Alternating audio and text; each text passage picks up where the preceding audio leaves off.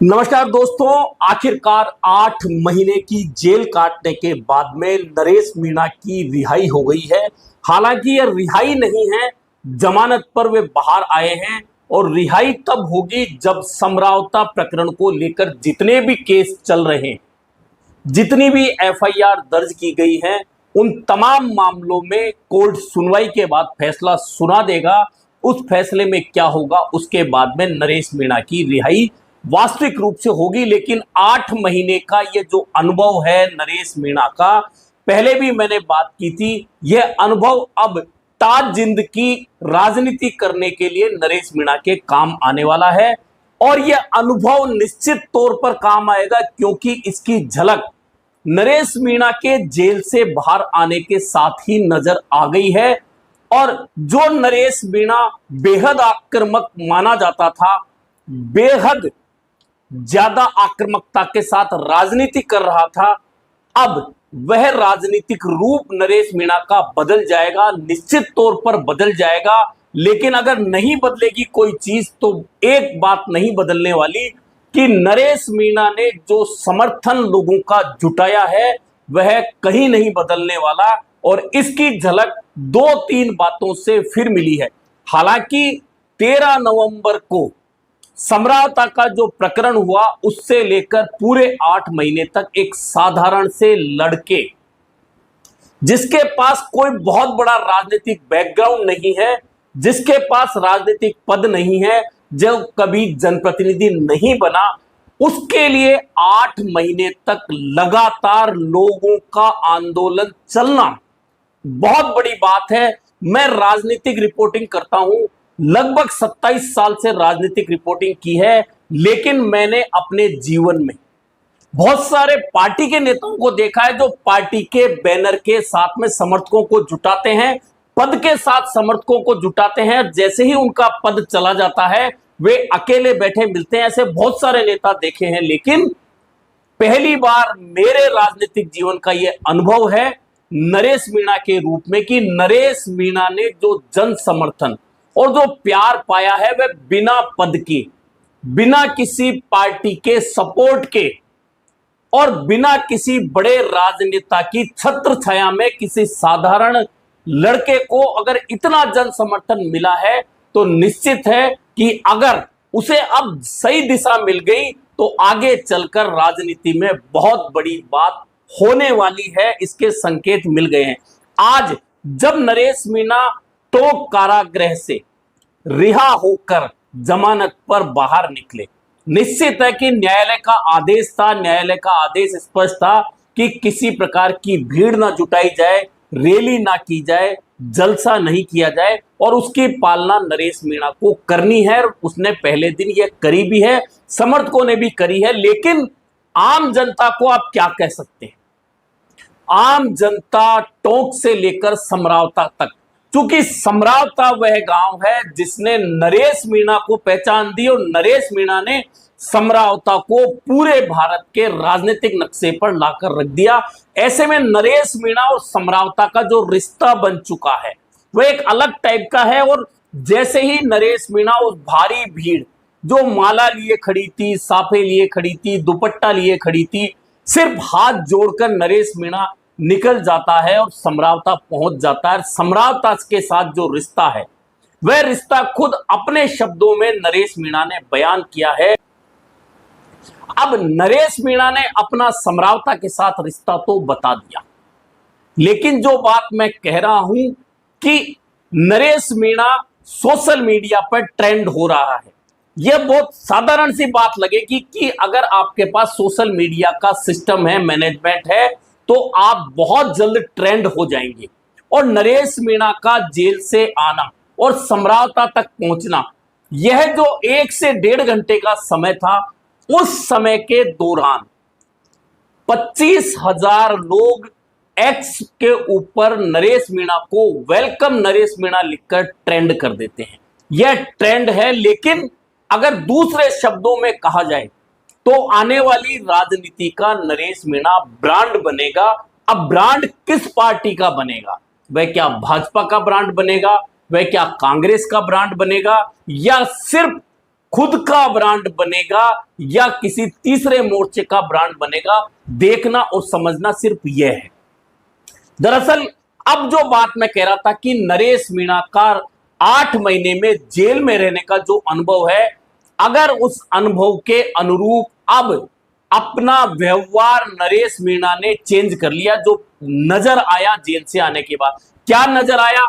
सबसे पहली बात नजर आई, जैसे ही नरेश मीणा बाहर निकला, निश्चित है मीडिया के माइक सामने आने हैं, लेकिन नरेश मीणा ने बिना किसी से चर्चा किए हाथ जोड़कर रवानगी ली और समरावता पहुंचे। समरावता में भी मीडिया पीछा कर रहा था, लेकिन नरेश मीणा ने बहुत स्पष्ट तौर पर सीधे शब्दों में कहा कि न्यायालय का आदेश है, ना मैं किसी का स्वागत ले सकता, ना मैं किसी की माला पहन सकता, ना मैं किसी का साफा पहन सकता, ना दुपट्टा पहन सकता।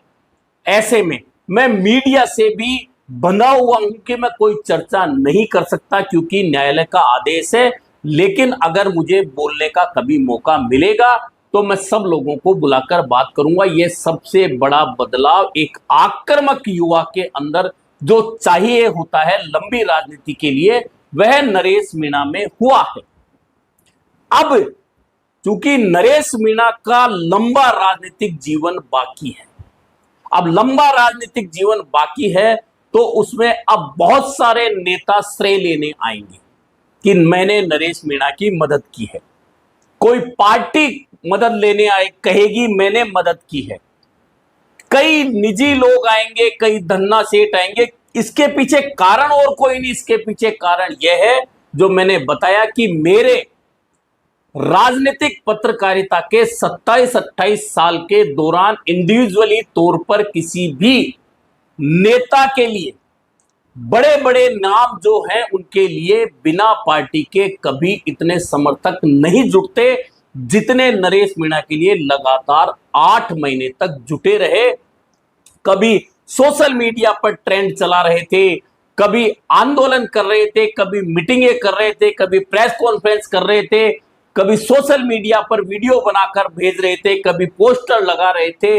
यानी कि इतने बड़े जन समर्थन की जरूरत बहुत सारे राजनेताओं को पड़ती होगी, लेकिन मिलता नहीं।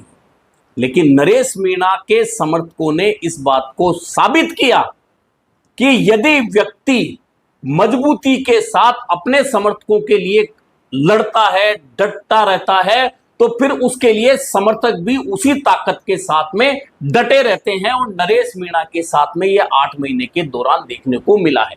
अब नरेश मीणा समरावता पहुंचा, समरावता वासियों से कहा कि वहां की बहन बेटी और एक एक घर ने मेरे से एक बेटे के रूप में जो रिश्ता निभाया है, अब मेरा भी फर्ज बनता है, क्योंकि रामायण में चौपाई है, रघुकुल रीत सदा चली आई, प्राण जाए पर वचन ना जाई। और मैं समरावता वासियों को वचन देता हूं कि जिन लोगों ने, समरावता के एक एक व्यक्ति ने मेरे लिए लड़ाई लड़ी और कहा कि हम नरेश मीणा को कुछ नहीं होने देंगे, मैं दिन रात जो मेरे से हो सकता है वह समरावता वासियों के लिए करूंगा। यह नरेश मीणा के शब्द समरावता गांव में थे और भावुक होना ही था, क्योंकि समरावता वह धरती थी। सिर्फ एक देवली उनियारा उपचुनाव में नरेश मीणा निर्दलीय उम्मीदवार था, या समरावता में बैठकर उसने आंदोलन किया था, वोटबंदी के खिलाफ जो लोग थे उनका साथ दिया था, सिर्फ इतनी बात नहीं। लेकिन समरावता में जो 13 नवंबर को दिन में हुआ, उसके बाद रात को हुआ, और उसके बाद से लेकर आज तक समरावता के साथ जो हो रहा है, समरावता एक ऐसा ब्रांड नाम गांव का बन चुका है, राजस्थान ही नहीं अपितु हिंदुस्तान में जो लोग राजनीतिक नजर रखते हैं वे जानते हैं कि एक गांव किस तरह से छोटे से कस्बे का नाम हो सकता है, शहर का नाम हो सकता है, लेकिन समरावता जैसे गांव का नाम राजनीतिक पटल पर बहुत बड़ा हुआ है। तो उसका एक कारण नरेश मीणा है, और नरेश मीणा की जो पहचान राजस्थान या पूर्वी राजस्थान में थी, वह आगे बढ़कर राजस्थान या हिंदुस्तान तक पहुंची है। उसके पीछे भी समरावता कांड का हाथ है, जो समरावता में हुआ उसका हाथ है। ऐसे में अब नरेश मीणा का राजनीतिक अगला कदम क्या होगा, इसे लेकर तमाम लोगों की नजर है। तमाम लोग ये देखना चाहते हैं कि नरेश मीणा अब राजनीतिक रूप से जेल के 8 महीनों के दौरान कितना परिपक्व होकर बाहर आया है। मैंने कहा ना कि परिपक्वता की झलक नजर आई जब जेल से निकलने के बाद मीडिया से हाथ जोड़कर बिना बात किए निकल गए। रास्ते में सैकड़ों लोग मालाएं लिए खड़े थे, साफे लिए खड़े थे, हाथ जोड़कर नरेश मीणा निकल गया। यह भी परिपक्वता की निशानी है। और जिस समरावता में इतना बड़ा सब कुछ हुआ, जिसके पीछे ये सारी कहानी हुई, वहां जाकर गांव वालों से सिर्फ अपने रिश्ते की बात की और कहा कि मैं जितना हो सकता है इस गांव के लिए उतना करूंगा। यह बहुत बड़ी बात है। यह परिपक्वता है जो नरेश मीणा ने 8 महीने में जेल में रहने के दौरान सीखी है। अब असल बात यह आनी है कि नरेश मीणा ने जो कुछ सीखा है, अब उसका राजनीतिक इस्तेमाल वह कैसे करने वाला है। क्योंकि राजनीति में बहुत बड़े बड़े नेता अब नरेश के कंधे पर हाथ रखना चाहेंगे, और हाथ इसलिए रखना चाहेंगे क्योंकि उन्होंने देख लिया कि पूर्वी राजस्थान की राजनीति में नरेश मीणा जिस तरह से उभरा है, समर्थकों की एक भीड़ लेकर उभरा है। आने वाले विधानसभा और लोकसभा चुनाव की जो सीटें पूर्वी राजस्थान में हैं, उनमें नरेश मीणा का नाम निश्चित तौर पर किसी का भी खेल बनाने और बिगाड़ने में काम आएगा। यह तय मान के चलिए। ऐसे में पार्टियां और राजनेता सहानुभूति दिखाएंगे, नरेश मीणा के कंधे पर हाथ रखेंगे। अब उस समय नरेश मीणा क्या सही फैसला ले पाता है, वह राजनीतिक परिपक्वता ता जिंदगी नरेश मीणा के साथ चलने वाली है। अगर वहां नरेश मीणा चूक जाता है तो फिर जिस तरह से पहले नरेश मीणा को लोगों ने इस्तेमाल किया है, एक बार फिर इस्तेमाल हो जाएगा। लेकिन कहा ना कि 8 महीने की जेल हर व्यक्ति को कुछ ना कुछ सिखाकर भेजती है। नरेश मीणा को निश्चित तौर पर राजनीति का वह पाठ पढ़ाकर भेजा है जेल की दीवारों ने, जो यह जरूर बता रही होंगी, यह जरूर सोचने पर मजबूर कर रही होंगी कि नरेश मीणा, तुमने कितने लोगों के लिए, कितने नेताओं के लिए क्या किया, और बदले में तुम्हें उन नेताओं ने क्या दिया, क्या तिरस्कार दिया, क्या धोखा दिया, क्या जबान तुम्हारे लिए बोली और कहां तुम्हारा साथ छोड़ा। यह निश्चित तौर पर जेल की दीवारों के बीच रहकर नरेश मीणा ने सीखा होगा। और अब इस सीख का वह इस्तेमाल राजनीति के अगले कदम के रूप में किस तरह इस्तेमाल करेगा, यह राजनीति के लिए, नरेश मीणा के लिए बेहद जरूरी सबक है। अब देखना यह है कि नरेश मीणा का अगला राजनीतिक कदम जो इस सबक के साथ शुरू होगा वह कैसे होगा, और आगे जाकर नरेश मीणा जो सिर्फ ट्रेंड सोशल मीडिया पर हो रहा है, लेकिन राजनीतिक रूप से वह एक ब्रांड बनकर उभर चुका है, इससे कोई इनकार नहीं कर सकता। ऐसे में अब नरेश मीणा के अगले कदम पर तमाम राजनीतिज्ञों की नजर जरूर होगी। अभी के लिए इतना ही, फिर मिलेंगे नए मुद्दे पर चर्चा के साथ।